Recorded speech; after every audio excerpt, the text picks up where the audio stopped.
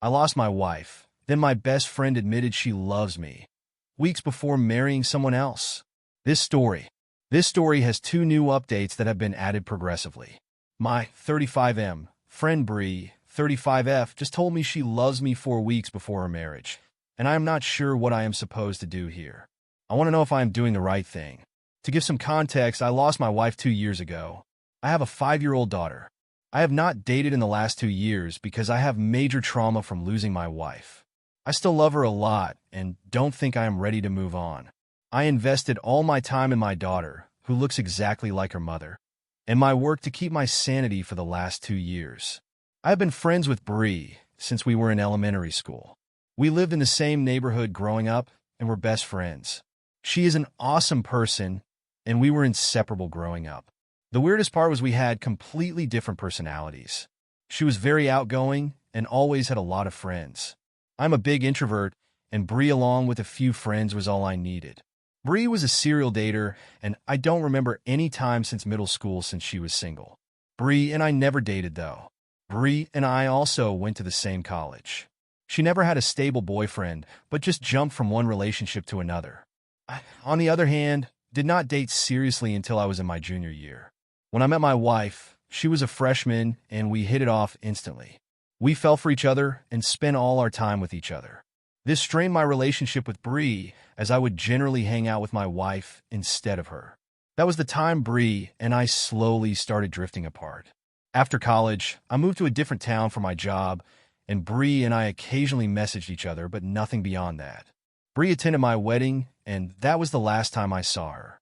We kept in touch, but mostly by commenting on each other's pictures or keeping each other updated on significant life events. Bree did reach out to me when my wife passed away, and we talked on a phone call. Last year, Bree and her fiancé moved to my city. I was still grieving, and both have been amazing support for me and my daughter. My daughter loves dancing, and Bree helped me enroll her in dancing and gymnastics classes and sometimes takes her to them. I also became good friends with her fiancé, who is indeed an incredibly good man. My daughter also loves Auntie Bree, and Bree sometimes helps me babysit. Last week, Bree came to my house and asked if we could talk. Her tone sounded serious. She told me that over the last few months, she feels like she has started to develop feelings for me and is not sure anymore if she wants to go ahead with the wedding. She felt I also had started developing feelings for her. I told her that I am not ready for any relationship before I can deal with my mental health, for which I go to a therapist regularly. She tried to convince me that she loved me, we are soulmates, and she felt that we were meant to be together. However, I do not have the same feelings for her. I love her as a friend, but nothing beyond that. We were both emotional, but she said she was glad we talked about this. She left after that. Bree called me that night and told me not to talk about our conversation to anyone. I thought a lot about it and decided that I would not tell her fiancé about B and my conversation from last week. I feel it's their relationship, and I do not have the right to ruin their moment if Bree decides to go ahead with the wedding. However, I feel guilty that her fiancé does not know anything about this and is going into a marriage where Bree might not be fully ready for it. Can you guys give suggestions on what I should do in this case? Am I wrong for not telling her fiancé about our conversation? Update 1. A month ago, I, 35M, wrote a post regarding my friend Bree, 35F, telling me that she loved me, only 4 weeks before her wedding. The last month has been crazy, and my whole world has turned upside down. Again, for context, I lost my wife 2 years ago, and we have a 5-year-old daughter. Bree and her fiancé, Jason, 33M, moved to our town a year ago, and we have reconnected as friends, and they have done a lot to cheer me up during this year and bring my life to normalcy. After Bree told me that she loved me, I told her that I was still not ready to move on as I still miss my wife.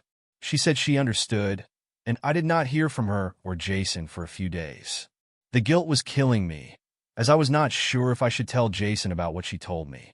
Thanks to everyone who commented on the post, it helped me think the situation through. I finally called Bree after a few days and asked her to meet me for lunch. I talked to her and asked her if she was going ahead with her wedding. She broke down and told me she was not sure. I told her that she should at least talk to Jason regarding her feelings and not be dishonest with him. I also assured her that I would not say anything to Jay but I just wanted her to be happy.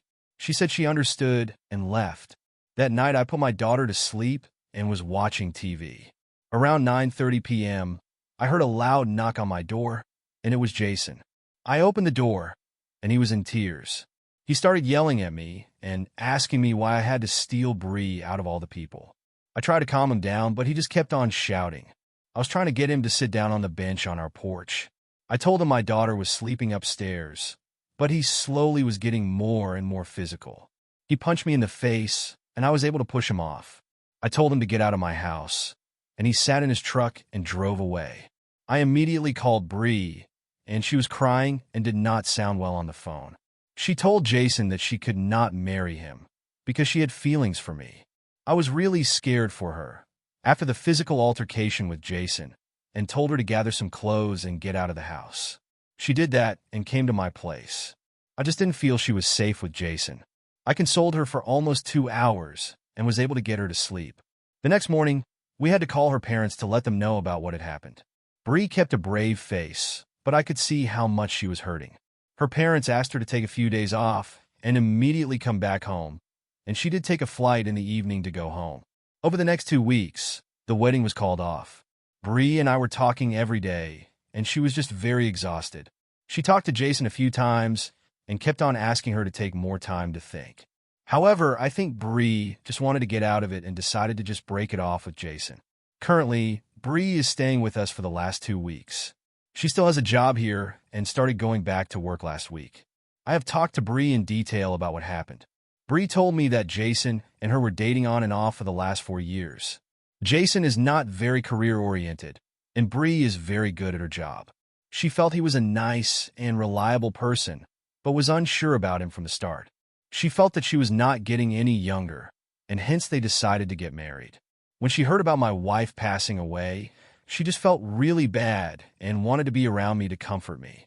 When she got her big promotion, which meant she could work in a corporate office, she immediately chose my city and moved here. Jason also moved here and got a new job. She never had any romantic feelings for me back then. As she started hanging out with my daughter and me, she started feeling the bond we shared when we were growing up.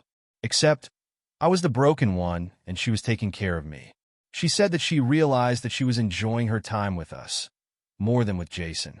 She realized she made a mistake with Jason, and what she wanted was right in front of her. Hence, she slowly started thinking about me in that way, and finally told me about it. She knew her relationship with Jason was over the moment she confessed to me. It's a shitty situation, but I am glad that she realized that before getting married versus after. As for Jason, I feel bad for him. He is moving back to our hometown closer to his family. He is currently in their apartment and will move sometime next month. I know a lot of you would be curious if we were dating. We are not dating.